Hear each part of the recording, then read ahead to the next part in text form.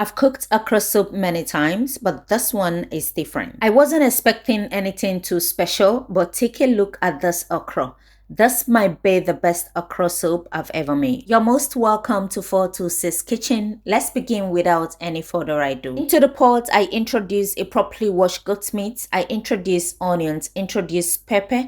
I'll introduce salt and seasoning, and then I'll introduce crayfish to bind the taste of this protein. Crayfish is my secret ingredient whenever I'm steaming my protein for any kind of soup.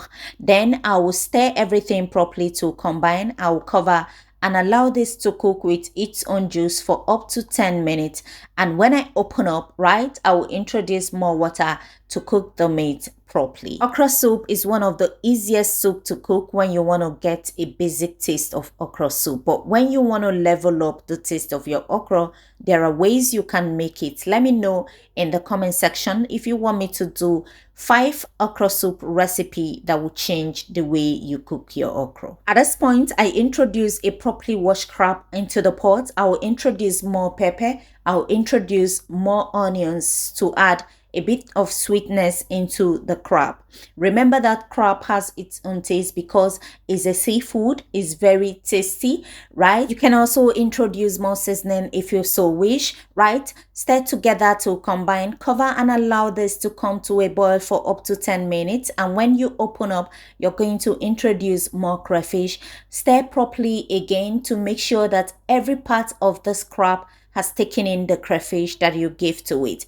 And after stirring, I'm going to introduce more water to cook the soup properly. At this point, I almost added something else, but I held back because I don't want the soup overcrowded. At this point, this is where the texture begins to change because I am introducing a bit of ogbono. Because I'm not gonna pound or blend the okra, I am going to introduce a bit of slime, which is the ogbono, to help increase the slime of the soup. You can decide to do away with it, but that's how I love my okra. After introducing the ogbono, I will stir properly to activate the ogbono. I will cover and allow it to simmer for up to 5 minutes. When I open up, I'm going to introduce this properly washed mackerel fish. I will stir with care to avoid the fishes from breaking, and after stirring, I will cover and allow it to simmer again for up to 2 to 3 minutes. Now there's a pattern I want to use in making this particular okra soup. You can decide to introduce the okra right into the soup and introduce your oil, but I'm going to use this frying method. All I did was to introduce oil into the pan, introduce onion and introduce a bit of seasoning, stir this to combine and allow it to be fragrant. Okay, then I will introduce crayfish and allow this crayfish to fry for up to 2 to 3 seconds.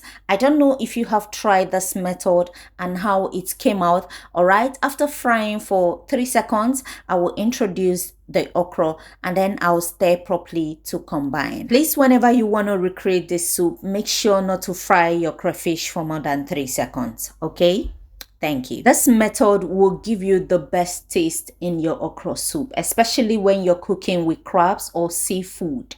Any kind of seafood, this method of okra will make it perfect for you. You're going to stir the okra properly into the oil to make sure that the okra takes in the taste of the crayfish and the taste of the seasoning that you give to the oil. Now you're going to introduce this okra back into the soup you were cooking earlier. Okay, because I knew I was gonna fry this okra, that was the reason why I did not introduce oil into the soup when I was cooking it. Also forget to say that you shouldn't fry your okra for more than 2 minutes into that oil. The reason is because you're going to introduce it back into the soup and you will cook it for another 2 minutes again. After reintroducing the okra, I introduce periwinkle. Everything here is going to be very fast. I introduce the leaf, which is oziza leaf. You can decide to use vegetable. I introduce uba or opaka, anything you call it. All right, and I will stir properly to combine. At this point, you can taste and adjust with any lacking ingredient if you so wish, but for me, everything I gave to the soup was perfect. I will just stir properly to enable the uziza and the sprinkle to cook, just for 2 minutes, and everything will be ready. Just look at how beautiful the soup looks, right? I'm not even joking. The taste of the soup was perfectly perfect, if there's anything like that. After stirring properly to combine, you're going to cover and allow it to cook for just 2 minutes, and the soup will be ready. If you've watched up until this time and you haven't subscribed to the channel, this is the best time for you to hit that subscribe button if you love what we do here, right? Like, comment on our videos, and share with your friends to see our recipes. And thank you for coming back, my returning subscribers. I appreciate you.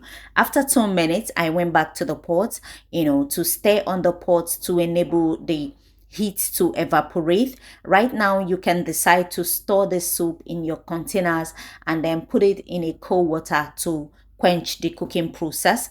The soup will still be greenish anytime you bring it out from your fridge, and the soup is ready. Let me know the swallow you think will pair very well with the soup at this time. And this is the outcome of the soup. Can you see how greenish and how drawy the soup feels and look? And I can tell you for free that the soup came out really perfect and delicious.